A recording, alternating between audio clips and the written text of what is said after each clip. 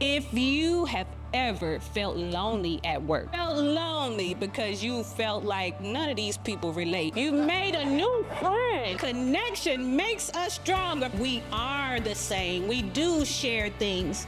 We are one. Common unity is a fusion of shared purpose and collective growth. Ignites engagement, it strengthens collaboration, and it fills the void of meaningful connections. Toastmasters, it's not just where leaders are made, but it's where we connect.